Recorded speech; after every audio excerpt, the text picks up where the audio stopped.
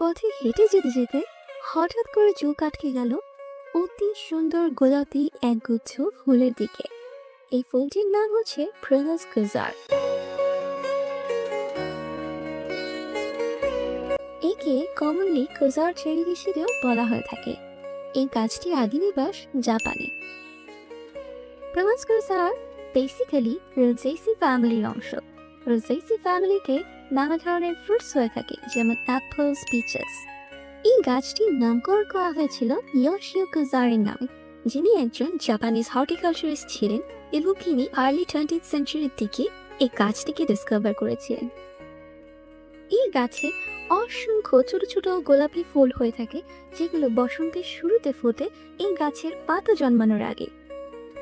এই গাছের ফুলগুলো অতি সুগন্ধিযুক্ত এবং মৌমাছিরা এতে খুব সহজে আকৃষ্ট হয়। এই গাছে ছোট ছোট লাল রঙের ফল হয়ে থাকে, যেগুলো খাওয়া যায়, তবে সাধারণত এগুলোকে কনজিউম করা হয় না। এই গাছটি কিন্তু অতি জনপ্রিয়। এটা শোভাবর্ধক গাছ হিসেবে ব্যবহার করা হয় বিভিন্ন ধরনের গার্ডেন্সে এবং পার্কে।